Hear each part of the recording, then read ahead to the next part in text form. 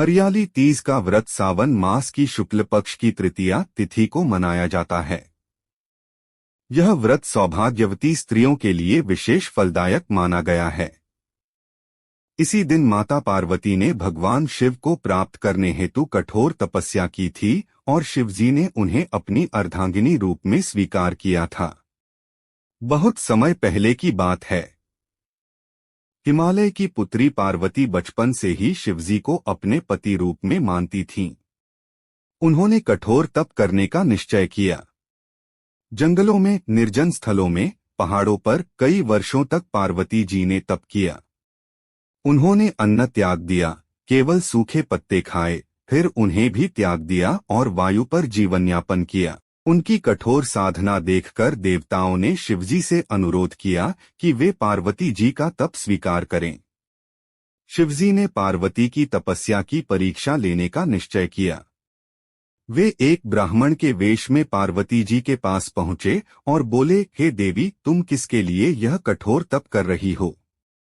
पार्वती जी ने उत्तर दिया, मैं महादेव को पति रूप में प्राप्त करना चाहती हूँ। ब्राह्मण वेशधारी शिवजी बोले, महादेव तो जटाधारी, सर्पों की माला पहनने वाले, श्मशान में रहने वाले, वैराग्य धारण करने वाले हैं। तुम एक राजकुमारी हो। तुम्हें तो कोई राजकुमार पति रूप में मिल सकता है।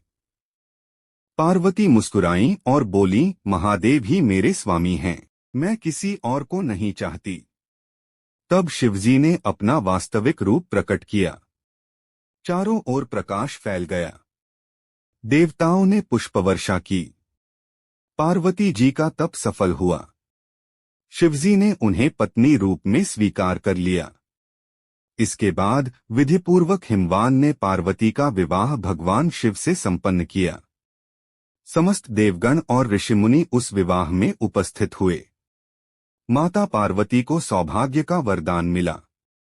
तभी से यह मान्यता बनी कि जो स्त्री हरियाली तीज को व्रत रखती है और माता पार्वती की पूजा करती है, उसे अखंड सौभाग्य की प्राप्ति होती है। इस दिन स्त्रियां हरियाली वस्त्र पहनती हैं, मेहंदी लगाती हैं, झूला झूलती हैं, गीत गाती हैं और माता पार्वती से अपने पति की दीर्घायु, प्रेम और सुखमय जीवन का आशीर्वाद मांगती हैं।